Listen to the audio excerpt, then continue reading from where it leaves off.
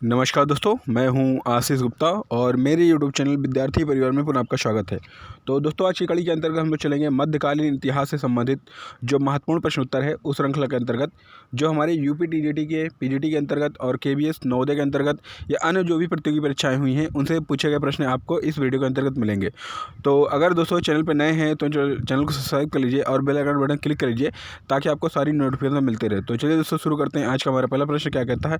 अगर आपने इससे पहले का वीडियो नहीं देखा है तो आप आई बटन क्लिक करके वीडियो को देख सकते हैं। तो दोस्तों, यहाँ पर मध्यकालीन जो आपका इतिहास है वो आज हम लोग भाग 2 चलेंगे। तो इससे पहले अगर आपने भाग 1 नहीं देखा है तो इसे देख लीजिए। तो यहाँ देखिए दोस्तों, पहला क्वेश्चन क्या कह रहा है, मुगल वंश का संस्थापक कौन था। ऑप्शन देखिएगा था बाबर, अकबर, शाहजहाँ या औरंगजेब। तो दोस्तों गेस करिए जल्दी से फटाफट कि मुगल वंश का संस्थापक कौन था। तो आई होप आपने दोस्तों गेस किया होगा, मुगल वंश का संस्थापक बाबर था। तो ऑप्शन नंबर ये आप यहाँ सही है दोस्तों। आगे अगले क्वेश्चन की तरफ चलते हैं दोस्तों, क्वेश्चन नंबर 2 की ओर।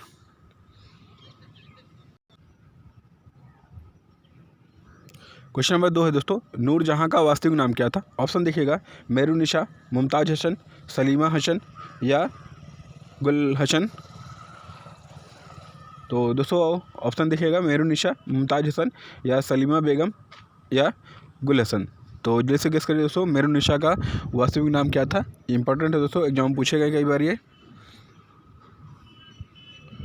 तो दोस्तों जो इसका सही उत्तर है वो है मेहरुन्निसा। ठीक है, नूरजहाँ का जो वास्तविक नाम था वो मेहरुन्निसा था और ये गयास बेग। ठीक है दोस्तों, गयास बेग की क्या थी, पुत्री थी। अक्सर पूछा जाता है किसकी पुत्री थी। और 1611 में इसका जहांगीर के साथ विवाह हुआ था, ये भी याद रखिएगा दोस्तों। आगे चलते हैं दोस्तों अगले क्वेश्चन की तरफ।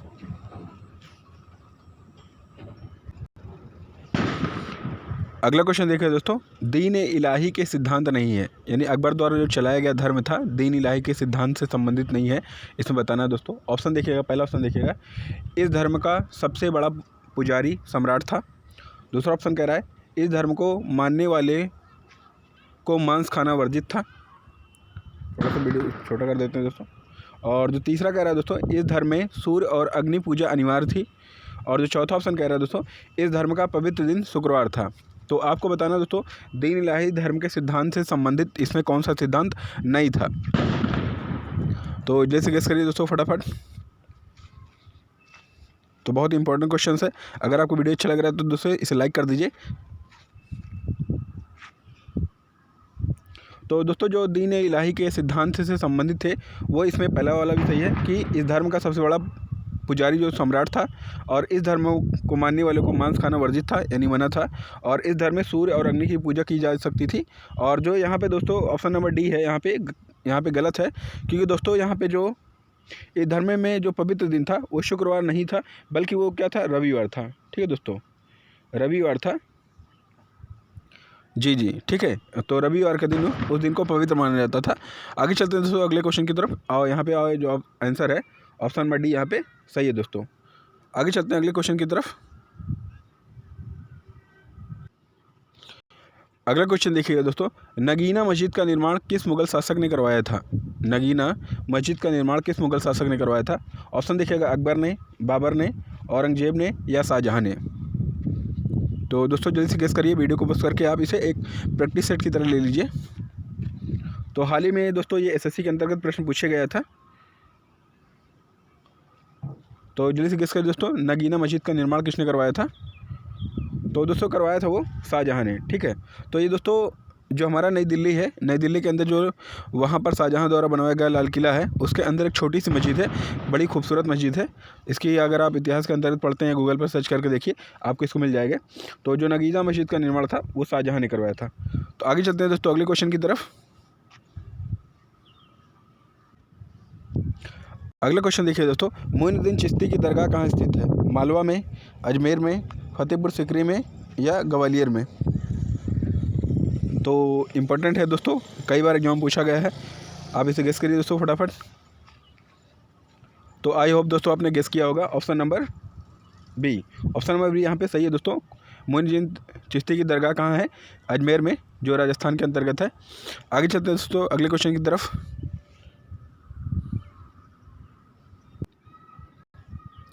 अगला क्वेश्चन देखिए दोस्तों, फतेहपुर सिकरी स्थित इबादत खाना का निर्माण किसने करवाया था। यानी फतेहपुर सिकरी में जो आगरा के समीप है दोस्तों, ये इबादत खाना यहाँ पे है। तो ये फतेहपुर सिकरी स्थित इबादत खाने का निर्माण किस मुगल शासक ने करवाया था बताना है। ऑप्शन देखिएगा, शाहजहाँ ने, अकबर ने, जहांगीर ने या औरंगजेब ने। तो जल्दी से गेस करिए दोस्तों, किसने करवाया था, आपको बताना है दोस्तों, गेस करिए फटाफट।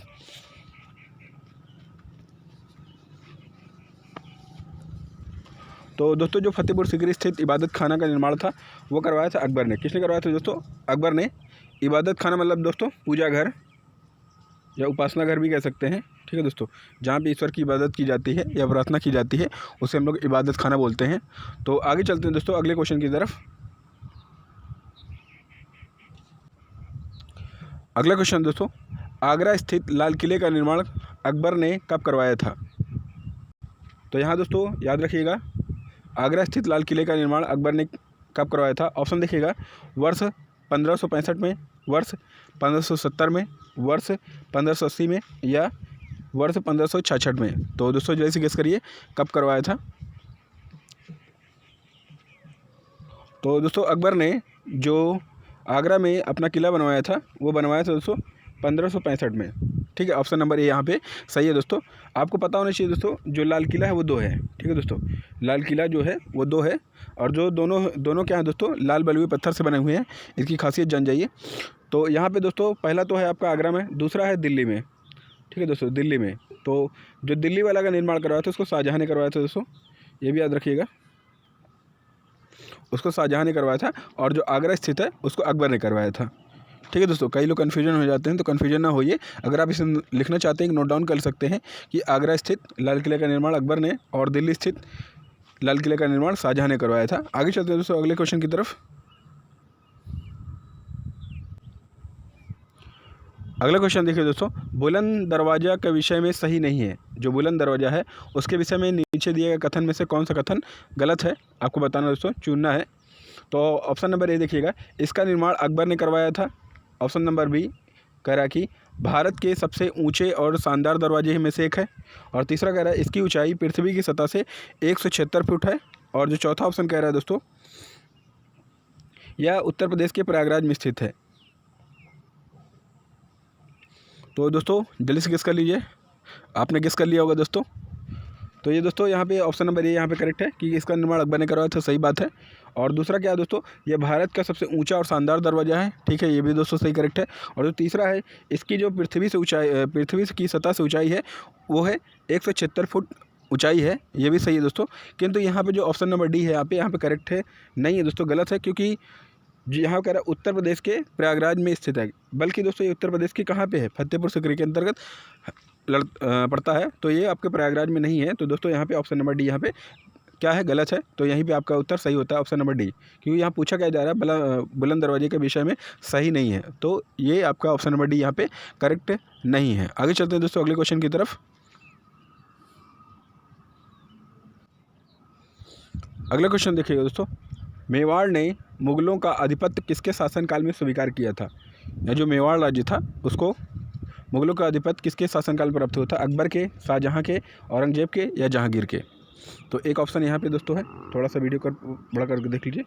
तो यहाँ पे दोस्तों ऑप्शन नंबर डी यहाँ पे करेक्ट है कि जो मेवाड़ का आधिपत्य था वो जहांगीर के शासनकाल में स्वीकार किया गया था, इससे पहले नहीं हुआ था। आगे चलते हैं दोस्तों अगले क्वेश्चन की तरफ। अगला क्वेश्चन देखिए दोस्तों, शाहजहाँ के शासनकाल में किस कला का चरमोत्कर्ष हुआ था। मूर्ति कला का, साहित्य कला का, स्थापत्य कला का या चित्रकला का। तो जैसे कैसे करिए दोस्तों कि शाहजहाँ के काल में किस कला का चरमोत्कर्ष हुआ था।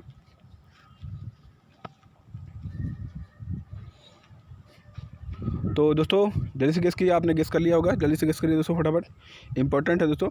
तो यहाँ पर दोस्तों जो शाहजहाँ के काल में चरमोत्कर्ष था वो चरम सीमा पर था स्थापत्य कला, ठीक है दोस्तों। आपने देखा होगा कि शाहजहाँ के काल में एक विश्व प्रसिद्ध इमारत बनी है, कौन सी बनी है, ताजमहल बनी है दोस्तों, जो पूरी दुनिया क्या करती है, देखने आती है प्रेम के प्रतीक के रूप में। तो यहाँ पर दोस्तों और भी जान जाइए, जो साहित्य कला है दोस्तों वो अकबर के काल में चरमोत्कर्ष था, अकबर के काल में। और जो चित्रकला था दोस्तों वो जहांगीर के शासनकाल में, ठीक है दोस्तों, जहांगीर के शासनकाल में चरमोत्कर्ष था। तो ये तीनों पॉइंट आप नोट कर लीजिए दोस्तों। आपके एग्जाम में पूछे जाते हैं, कई लगातार पूछे भी गए हैं। आगे चलते हैं दोस्तों अगले क्वेश्चन की तरफ। अगला क्वेश्चन क्या करा देखते हैं।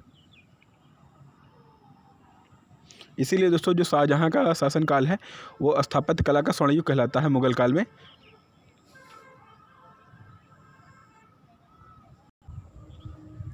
आगे देखिए दोस्तों क्वेश्चन क्या करा है। दक्षिण नीति औरंगजेब के मृतक शरीर की ही कब्र नहीं थी, अपितु वह उसके साम्राज्य की भी कब्र थी। यह कथन किसका है। तो आपको कोटेशन दिया गया है दोस्तों, कोटेशन को ध्यान से पहले पढ़िए। क्या कह रहा है। दक्षिण नीति औरंगजेब के मृतक शरीर की ही कब्र नहीं थी, अपितु वह उसके साम्राज्य की भी कब्र थी। यह कथन किसका है।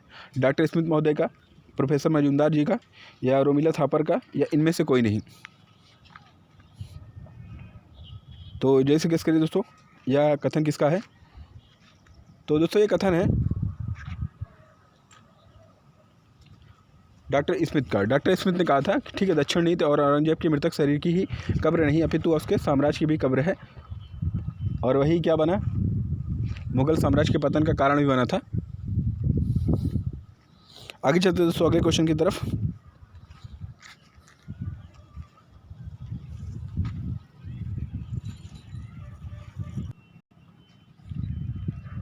अगला क्वेश्चन देखिए दोस्तों, कह रहा कि औरंगजेब की धार्मिक नीति का क्या प्रभाव पड़ा। मुगल साम्राज्य का विकास हुआ, मुगल साम्राज्य का पतन हुआ, मुगल साम्राज्य का प्रसार हुआ, और मुगल साम्राज्य में धर्म प्रधान हो गया। तो आपको बताना है दोस्तों औरंगजेब की जो धार्मिक नीति थी, औरंगजेब ने अपनी जो कट्टर धार्मिक नीति अपनाई थी, उसका क्या प्रभाव पड़ा मुगल साम्राज्य पर।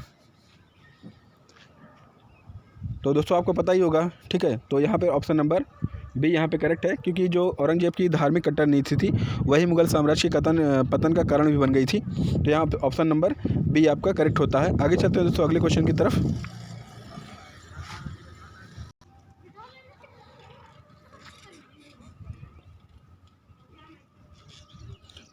अगला क्वेश्चन देखिए दोस्तों, क्वेश्चन कह रहा है कि अगला क्वेश्चन देखिए दोस्तों, औरंगजेब ने शाहजहाँ को किस स्थान पर कैद करके रखा था। ऑप्शन देखिए, आगरा के किले में, दिल्ली के लाल किले में, आगरा के ताजमहल में, या फतेहपुर सिकरी के रंग महल में। तो जल्दी से गेस करिए दोस्तों, औरंगजेब ने शाहजहाँ को किस स्थान पर कैद करके रखा था। तो दोस्तों आपने गेस किया होगा, तो वो कहाँ किया था दोस्तों, आगरा के लाल किले में। ठीक है, औरंगजेब ने क्या किया था, शाहजहाँ को बंदी बना कर रखा था। तो आपको पता होगा दोस्तों शाहजहाँ का पुत्र कौन था, औरंगजेब था। और औरंगजेब जो था दोस्तों, इसके यहाँ पे दोस्तों क्वेश्चन और बन जाता है, शाहजहाँ के बचपन का क्या नाम था। तो शाहजहाँ के बचपन का नाम दोस्तों खुर्रम था। ठीक है दोस्तों, खुर्रम था, ये भी याद रखिएगा। और जो जहांगीर के बचपन का नाम था दोस्तों, वो था सलीम था। आपसे प्रश्न पूछा गया है। आगे चलते हैं दोस्तों अगले क्वेश्चन की तरफ।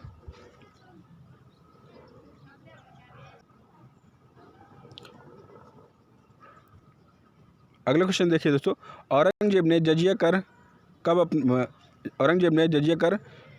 पुनः अपनाया था, या कब शुरू किया था, बताना दोस्तों। क्योंकि अकबर ने बंद कर दिया था और औरंगजेब ने क्या किया, पुनः शुरू कर दिया था। तो ये पूछ रहा है दोस्तों, औरंगजेब ने जजिया कर अपना कब शुरू किया था, वर्ष 1669 में या 1670 में। और ऑप्शन देखिएगा, या 1679 में या 1680 में।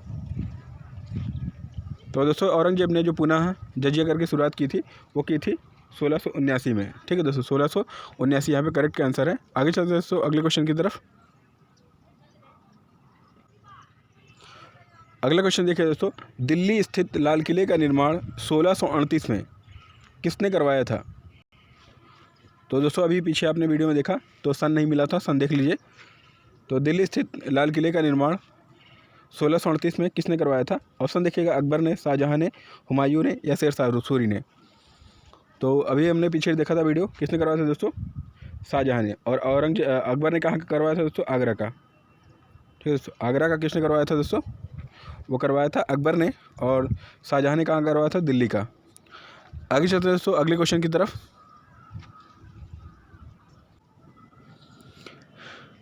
अगला क्वेश्चन है दोस्तों, वेरी वेरी इंपॉर्टेंट है। अकबरनामा के रचयिता कौन थे, गुलबदन बेगम, अबुल फजल, फैजी, या अब्दुल रहीम खान खाना।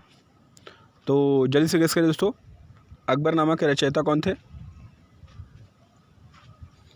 तो दोस्तों यहाँ पे देखिए A for Akbar, A for Abul Fazal, यानी ए फॉर दोस्तों, ठीक है, ए फॉर अकबर और ए फॉर अबुल फजल।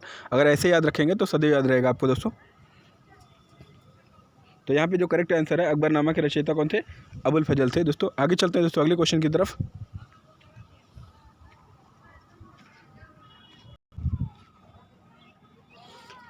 अगला क्वेश्चन देखिए दोस्तों, जहांगीर के शासनकाल में आने वाला पहला यूरोपियन कौन था? William Hawkins, sir Thomas Roe, William Fitch या इनमें से कोई नहीं? तो जल्दी से गेस करिए दोस्तों कि जहांगीर के शासनकाल में आने वाला पहला यूरोपियन कौन था? तो वो था दोस्तों सर टॉमस रो। कौन था दोस्तों? सर टॉमस रो पहला एक क्या था दोस्तों? यात्री था जो जहांगीर के शासनकाल में आया था। तो कौन सा? यूरोपियन था, ये भी याद रखिएगा दोस्तों। आगे चलते हैं दोस्तों अगले क्वेश्चन की तरफ। और किस हेतु आया दोस्तों? ये व्यापार के लिए आया था, जहांगीर से व्यापार के लिए आया था। और धीरे धीरे इसने क्या किया, ऐसे लोग आते रहे और भारत में क्या कर दिया दोस्तों, ब्रिटिश साम्राज्य की स्थापना कर बैठे। आगे चलते हैं दोस्तों अगले क्वेश्चन की तरफ।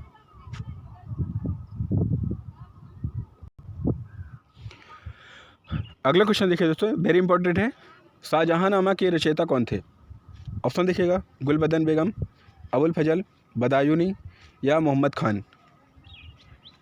तो दोस्तों जल्दी से गेस करिए कि शाहजहांनामा के रचयिता कौन थे? तो आपने दोस्तों गेस किया होगा बदायूनी, ठीक है दोस्तों। ऑप्शन नंबर सी यहाँ पे करेक्ट है दोस्तों। बदायूनी ने ही क्या किया था दोस्तों? शाहजहांनामा पुस्तक की रचना की थी। ये आपके एग्जामों में कई बार पूछे गए हैं। तो दोस्तों अब आपके लिए एक छोटा सा क्वेश्चन है दोस्तों, कमेंट बॉक्स में बताइए दोस्तों, गुलबदन बेगम ने कौन सी पुस्तक लिखी थी? आप दोस्तों कमेंट बॉक्स में ज़रूर बताया करिए। इससे थोड़ा सा ये भी पता चल जाता है कि आप लोग की पढ़ाई के साथ साथ हम लोग को थोड़ा सा जो प्रैक्टिस कराते हैं हम लोग, उसका उत्तर मिलता है कि नहीं दोस्तों। आगे चलते हैं दोस्तों अगले क्वेश्चन की तरफ। अगला क्वेश्चन देखिए दोस्तों, पानीपत का तृतीय युद्ध कब हुआ था? यानी पानीपत का तीसरा युद्ध कब हुआ था? ऑप्शन देखिएगा, वर्ष 1526 में, या वर्ष 1556 में, या वर्ष 1761 में। तो एक और कोई दिक्कत नहीं दोस्तों, 3 आपसे पूछा गया, तीसरा युद्ध हुआ था। तो दोस्तों यहाँ पे जैसे गेस के दोस्तों, ऑप्शन नंबर सी यहाँ पे करेक्ट है दोस्तों। वर्ष 1761 में पानीपत का तीसरा युद्ध हुआ था। तो जो तो दोस्तों 1526 में हुआ था वो प्रथम हुआ था, ठीक है दोस्तों। और जो दूसरा हुआ था वो हुआ था दोस्तों 1556 में, ठीक है दोस्तों। आगे चलते दोस्तों अगले क्वेश्चन की तरफ। अगला क्वेश्चन दोस्तों, शिवाजी का जन्म कब हुआ था? ऑप्शन देखिएगा, 1605 में, 1627 में, या 1674 में, या 1680 में। तो दोस्तों आपको बताना है शिवाजी का, मराठा साम्राज्य के संस्थापक शिवाजी का जन्म कब हुआ था? तो हुआ था दोस्तों वो 1627 में। ऑप्शन नंबर बी यहाँ पे करेक्ट है, 1627 में ही क्या हुआ था दोस्तों, शिवाजी का जन्म हुआ था। आगे चलते दोस्तों अगले क्वेश्चन की तरफ। अगला क्वेश्चन देखिए दोस्तों, शिवाजी के मंत्रिपरिषद में कितने सदस्य थे? यानी शिवाजी के मंत्रिपरिषद में कितने सदस्य थे, यानी मेंबर थे? 5, 8, 13, 20। तो इम्पोर्टेंट है दोस्तों, गेस करिए दोस्तों फटाफट दोस्तों। तो दोस्तों शिवाजी के दरबार में कुल 8 मंत्रिपरिषद थे। कितने थे दोस्तों? 8। यहाँ ऑप्शन नंबर बी यहाँ पे सही होता है। तो यहाँ पे दोस्तों कभी कभी प्रश्न बदल दिया जाता है कि शिवाजी के मंत्रिपरिषद में अष्टप्रधान लिख दिया जाता है। अष्टप्रधान थे, ठीक है दोस्तों, अष्टप्रधान जिसको कहा जाता है, 8 प्रधान थे। आगे चलते दोस्तों अगले क्वेश्चन की तरफ। अगला क्वेश्चन दोस्तों, पानीपत का तृतीय युद्ध किसके मध्य हुआ था? अहमद शाह अब्दाली और बालाजी बाजीराव के बीच, अहमद शाह अब्दाली और शिवाजी के बीच, नादिर शाह और बालाजी बाजीराव के बीच, या शिवाजी और नादिर शाह के बीच। तो अभी हमने देखा दोस्तों 1761 में, ठीक है दोस्तों, 1761 में पानीपत का तीसरा युद्ध हुआ था। तो आपको बताना है अब इसमें किसके मध्य हुआ था। तो जल्दी से किसके दोस्तों किसके मध्य हुआ था?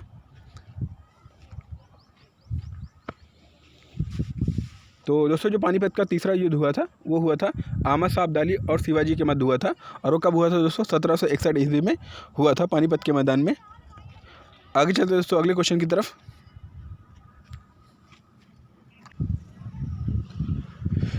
अगला क्वेश्चन देखिए दोस्तों, शिवाजी के अष्टप्रधान के मंत्री पद पर नहीं थे। यानी जो शिवाजी के मंत्रिपरिषद में जो पद नहीं था उनमें से कौन सा नहीं था दोस्तों, आपको बताना है। पहला देखिएगा पेशवा, दूसरा अमात्य, तीसरा सुमंत और चौथा ज्योतिष। तो इसमें से 8 थे दोस्तों, 8 में से कौन एक नहीं था वो आपको बताना है दोस्तों। जल्दी से गेस करिए कौन सा नहीं था। तो था नहीं दोस्तों, वो थे ज्योतिष। कौन नहीं था दोस्तों? ज्योतिष। पेशवा था, ठीक है, जो प्रधान था, और अमात्य भी थे, सुमंत भी था। तो इसमें जो अष्टप्रधान में से एक नहीं था वो दोस्तों ज्योतिष नहीं था। आपको याद रखना दोस्तों, ऑप्शन नंबर डी यहाँ पे करेक्ट है दोस्तों। आगे चलते हैं अगले क्वेश्चन की तरफ।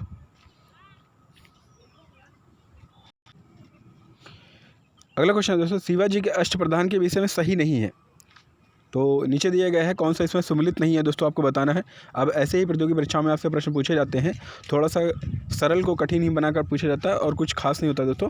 तो देखिएगा यहाँ पे सुमंत दिया गया है। सुमंत कौन था दोस्तों? विदेश मंत्री। और सेनापति कौन था? सैनिक प्रधान था। पंडित राव कौन थे दोस्तों? ग्राम अध्यक्ष। तो और जो ऑप्शन नंबर डी कह रहा है न्यायाधीश, कानूनी मंत्री के कानूनी मामलों के निर्णायक थे। तो इसमें से कौन सा नहीं है बताना है।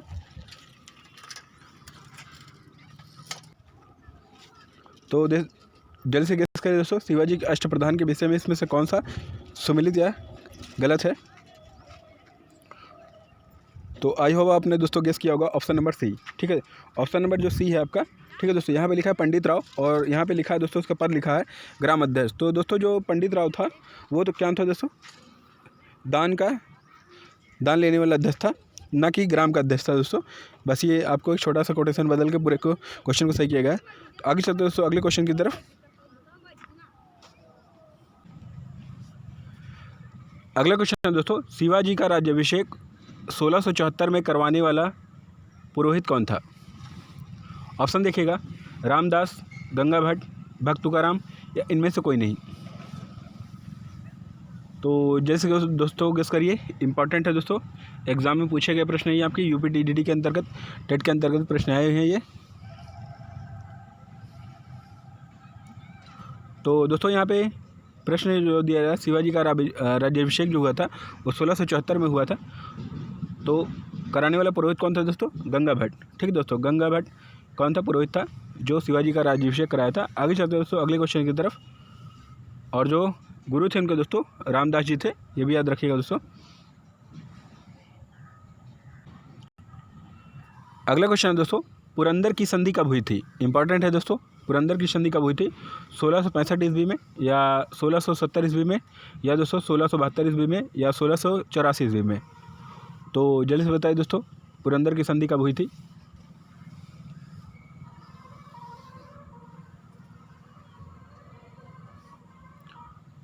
तो दोस्तों ये हुई थी वर्ष 1665 ईस्वी में पुरंदर की संधि हुई थी। तो कमेंट बॉक्स में आप बताइए दोस्तों, पुरंदर की संधि किसके बीच हुई थी, यानी किसके बीच में हुई थी, आप जरूर बताइए दोस्तों क्वेश्चन को। आगे चलते हैं दोस्तों अगले क्वेश्चन की तरफ।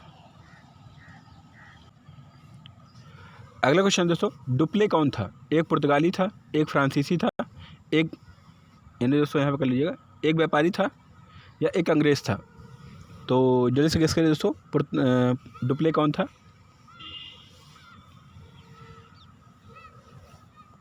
तो दोस्तों आप लोगों ने गेस किया होगा ऑप्शन नंबर बी यहाँ पे, ठीक है, एक फ्रांसीसी था। ऑप्शन नंबर बी दोस्तों, डुप्ले एक फ्रांसीसी था। आगे चलते हैं दोस्तों अगले क्वेश्चन की तरफ। अगला क्वेश्चन दोस्तों, कर्नाटक का पहला युद्ध या प्रथम युद्ध कब से कब तक चला था? जो कर्नाटक का युद्ध हुआ था वो कब से कब तक चला था दोस्तों, बताना है। ऑप्शन देखिएगा, 1744 से 1748 के तक, या 1749 से लेकर 1754 तक, या 1756 से लेकर 1763 तक, या 1754 से लेकर 1756 तक। तो जल्दी से गेस करिए दोस्तों फटाफट, कर्नाटक का जो पहला युद्ध हुआ था, प्रथम युद्ध हुआ था, कब से कब तक चला था?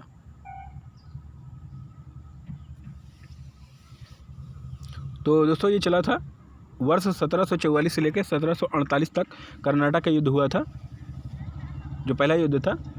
आगे चलते दोस्तों अगले क्वेश्चन की तरफ। चलिए दोस्तों बताइए अगला क्वेश्चन देखिएगा, प्लासी के युद्ध या प्लासी का युद्ध 1757 में किसके किसके मध्य हुआ था? ऑप्शन देखिएगा, अलीवर्दी तथा लाड़कलायू के बीच, या सिराजुद्दौला तथा लाड़कलायू के बीच, या सिराजुद्दौला तथा डुप्ले के बीच। एक ऑप्शन और देख लीजिएगा दोस्तों, ये काफ़ी लोग परेशान रहते हैं दोस्तों कि ऑप्शन एक कम क्यों है, तो आपको उसी ऑप्शन में तीनों मिल जाएगा, ऐसी कोई बात नहीं। तो यहाँ पे दोस्तों जो पूछा जा रहा है प्लासी का युद्ध 1757 में किसके मध्य हुआ था, तो हुआ था वो दोस्तों सिराजुद्दौला और लॉर्ड क्लाइव के बीच। ऑप्शन नंबर बी यहाँ पे करेक्ट है दोस्तों, ऑप्शन नंबर बी यहाँ पे करेक्ट है। आगे चलते हैं दोस्तों अगले क्वेश्चन की तरफ। अगला क्वेश्चन देखिएगा दोस्तों, बक्सर का युद्ध कब हुआ था, 1757 में, 1760 में, या 1764 में, या 1788 में। तो जल्दी से गेस करें दोस्तों। बक्सर का युद्ध बड़ा प्रसिद्ध युद्ध है दोस्तों, कई बार एग्जाम में पूछा गया प्रश्न ये। तो दोस्तों जो बक्सर का युद्ध हुआ था वो हुआ था वर्ष 1764 में। वर्ष 1764 में बक्सर का युद्ध हुआ था। आप कमेंट बॉक्स में बताइए दोस्तों बक्सर का युद्ध किसके मध्य हुआ था। आपको 3 क्वेश्चन दिए गए हैं दोस्तों, तीनों क्वेश्चन के जवाब आप जरूर दीजिए। अगला क्वेश्चन देखिए दोस्तों, पुर्तगालियों ने सर्वप्रथम अपनी कोठियाँ कहाँ बनाई थी। इंपॉर्टेंट है, वेरी वेरी इंपॉर्टेंट के अंदर रखिएगा दोस्तों। पुर्तगालियों ने सर्वप्रथम अपनी कोठियाँ कहाँ बनाई थी। ऑप्शन देखिएगा, कालीकट में, सूरत में, बम्बई में, या कोचीन में। तो जल्दी से गेस करिए दोस्तों कहाँ बनाई थी। तो बनाई थी दोस्तों वो सूरत में। ठीक है दोस्तों, पुर्तगालियों ने अपनी सर्वप्रथम कोठियाँ कहाँ बनाई थी दोस्तों, वो बनाई थी सूरत में। तो आपको पता होगा दोस्तों, ठीक है, जो हमारे यहाँ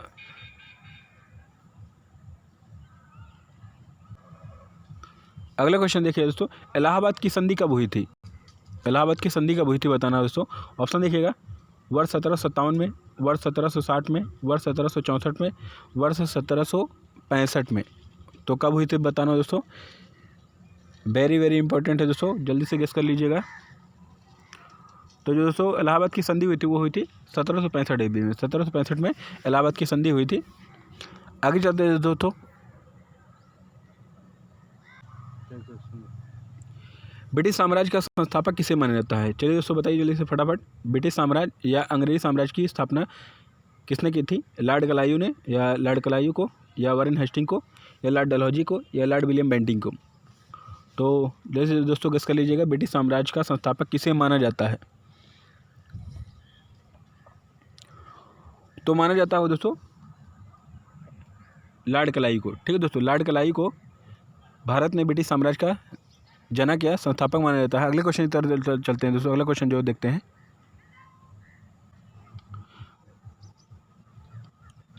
अगला क्वेश्चन देखिए दोस्तों, लगान का पंचशाला बंदोबस्त किसने किया था। लगान का पंचशाला बंदोबस्त किसने किया था। 5 साल वाले 5 साल में दोस्तों, ऐसा मत कुछ सोचिएगा कुछ। तो यहाँ बताना दोस्तों, लगान का पंचशाला बंदोबस्त किसने किया था। वारेन हेस्टिंग ने, लॉर्ड क्लाइव ने, या लॉर्ड डलहौजी ने, या लॉर्ड कॉर्नवालिस ने। तो जल्दी से दोस्तों गेस करिए।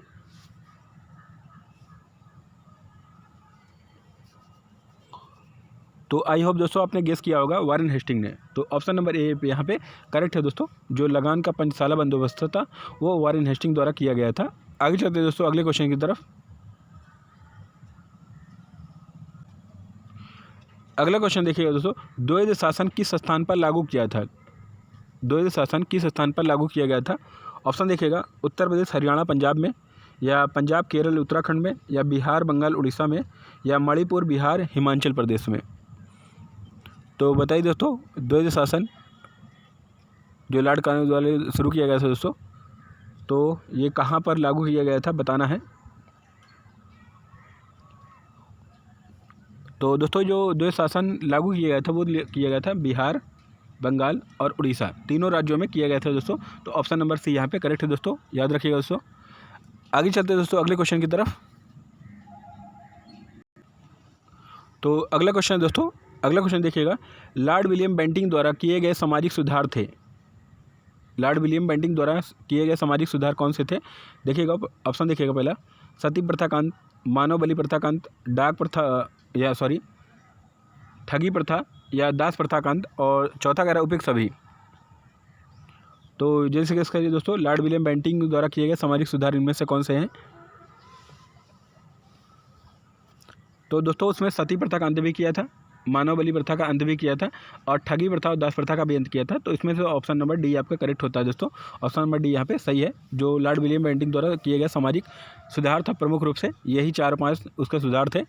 आगे चलते हैं दोस्तों अगले क्वेश्चन की तरफ चलते हैं। अगला क्वेश्चन देखिए दोस्तों, सहायक संधि का जनक किसे माना जाता है? लॉर्ड वेल्लेली को, लॉर्ड कॉर्नवालिस को, लॉर्ड डलहौजी को या लॉर्ड विलियम बेंटिंग को?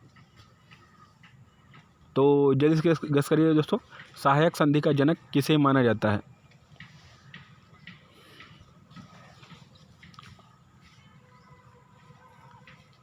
तो दोस्तों आपने गेस किया होगा लॉर्ड वेल्लेली को। ऑप्शन नंबर ए यहाँ पे करेक्ट है दोस्तों। लॉर्ड वेल्लेली को ही दोस्तों क्या कहा जाता है? सहायक संधि का जनक माना जाता है। तो आपको पता होना चाहिए दोस्तों, जो सहायक संधि की शुरुआत थी उसको सबसे पहले किसने की दोस्तों? डुप्ले ने की थी। ठीक है दोस्तों, डुप्ले ने की थी, किंतु उसे सही रूप में जो सहायक संधि का जो संचालन करता और जो जन्मदाता माना जाता है वो माना जाता है लॉर्ड वेल्लेली को। कभी कभार एग्जाम में डुप्ले भी देता है, तो दोस्तों आपको ये ध्यान रखना है कि उस क्वेश्चन को किस प्रकार दिया जाता है उसको समझ कर ही आंसर देना है। तो यहाँ पे कभी कभार पूछा जाता है कि सहायक संधि की शुरुआत किसने की थी, तो उसका जो करेक्ट आंसर देता है दोस्तों वो जाता है डुप्ले को। अगर डुप्ले नहीं देता है तो आप लॉर्ड वेल्लेली को ही लीजिएगा दोस्तों, पर किंतु अपना थोड़ा सा आप भी सर्च कर लीजिएगा। आगे चलते दोस्तों अगले क्वेश्चन की तरफ। चलिए दोस्तों, अगला क्वेश्चन है और अंतिम क्वेश्चन है। अगर आपने अभी तक वीडियो को लाइक नहीं किया दोस्तों, इसे लाइक कर दीजिए, क्योंकि आपकी छोटी सी प्रतिक्रिया और लाइक से हम लोग का मोटिवेशन बढ़ता है और दोस्तों आगे वीडियो बनाने के लिए हम प्रेरित होते हैं। अगर किसी प्रकार का कोई समस्या होती है दोस्तों, कमेंट बॉक्स में जरूर बता दिया करिए और सारे प्रश्नों को उत्तर दिया करिए दोस्तों। आगे चलते दोस्तों अगला क्वेश्चन देखिएगा अंतिम में, दिल्ली स्थित इंडिया गेट का निर्माण किसके द्वारा कराया गया था? यानी दिल्ली स्थित इंडिया गेट का निर्माण किसके द्वारा किया गया था? कौन शिल्पकार था आपको बताना दोस्तों, इसमें शिल्पकार पूछा जा रहा है। अन्यथा आप ये सर अंग्रेजी सरकार द्वारा बनवाया गया था, जो प्रथम विश्व युद्ध और के बाद काफ़ी शहीद हुए थे हमारे सैनिक, उनकी याद में बनाया गया था दोस्तों। तो बताइए दोस्तों, दिल्ली स्थित इंडिया गेट का निर्माण किसके द्वारा किया गया था? ऑप्शन देखिएगा, एडविन लैंडसियर लुटियंस। दूसरा ऑप्शन देखिएगा, सर हार्वर्ड वेवर के द्वारा, या दोनों ने, या कोई नहीं।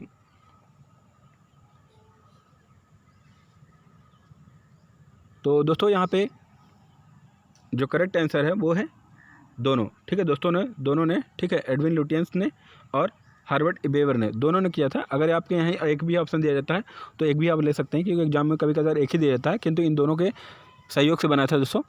तो दोस्तों ये आपके वेरी वेरी इंपॉर्टेंट मध्यकालीन इतिहास से संबंधित जो अब तक के आपके यूपीटीजीटी की पीजीटी के अंतर्गत प्रश्न आए थे और अन्य जो प्रतियोगी परीक्षाएं हुए उनसे प्रश्न आज के वीडियो में हम लोगों ने देखा। अगर आपने इससे पहले का वीडियो नहीं देखा है तो दोस्तों ये क्वेश्चन देख लीजिए, आपके बहुत ही इंपॉर्टेंट क्वेश्चन हैं और सारे प्रश्न आपके बहुत ही अच्छे से प्रश्न से संकलित किए गए हैं। और इसमें दोस्तों आपको पूरे वीडियो डिस्क्रिप्शन में आप जाके जो आपका प्राचीन भारत से संबंधित है और मध्यकालीन इतिहास से संबंधित है उस भाग को देखते हैं। तो दोस्तों ये आपका भाग संख्या 2 था। तीसरे भाग में फिर मिलते हैं दोस्तों अगले वीडियो में।